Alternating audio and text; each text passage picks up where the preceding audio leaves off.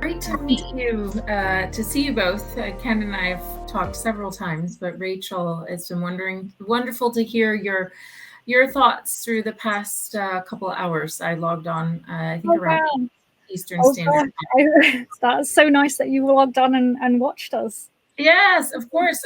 There were some very good things, and definitely I can relate to the creativity part. I think anyone in this space, you've got to be creative and problem solving and how to work together. And I also liked your cathedral approach, your concept. Yeah, it definitely is a journey, isn't it? Yeah, it is. Well, I first came across Tricia about a couple of years ago, and in particular, I reached out to Tricia probably about 18 months or so ago and invited her onto my podcast.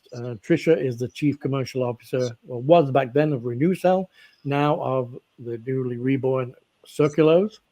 As it happened, this event was going to be taking place in 3 months' time, and you kindly agreed to come today. So I'm really grateful that you've had that time to reflect and consolidate your thoughts on all that's gone on in that 18 months, and in particular the last 3 or 4, and to agree to spend time with us today. So thank you so much for that. Well, I really appreciate it. Thank you for the invitation and for all the work that you guys are doing, with your academy and all of this. And there's times I think that as an industry, we're talking too much and not enough action. But, I think there's some comfort in these discussions. It's a learning process that we all go through. And if it helps everyone just get one step further, then all these discussions are worthwhile. But if people want to just sit in the discussions and not do anything, then yes, the only thing we're doing in circularity is talking about it. But as a publicly listed company as Renewcell, and sometimes it's still taking a bit of practice to say Circulose, because that's the new name of the company now, out of the bankruptcy. So Renewcell was a publicly listed company, which to the industry support meant that there's a lot of information sharing. And I think that's one thing. The company has been extremely transparent, even during the bankruptcy time.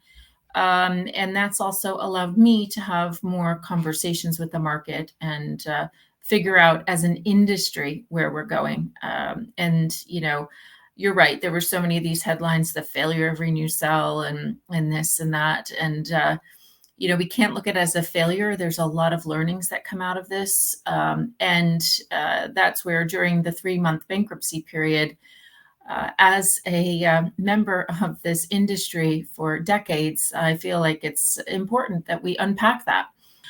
And certainly for Renewcell, and I'm specifically saying Renewcell at that time, being one of the first to scale comes with a lot of challenges. And despite having full energy to move forward, and we'll talk a little bit about some of the hype and the expectations that existed.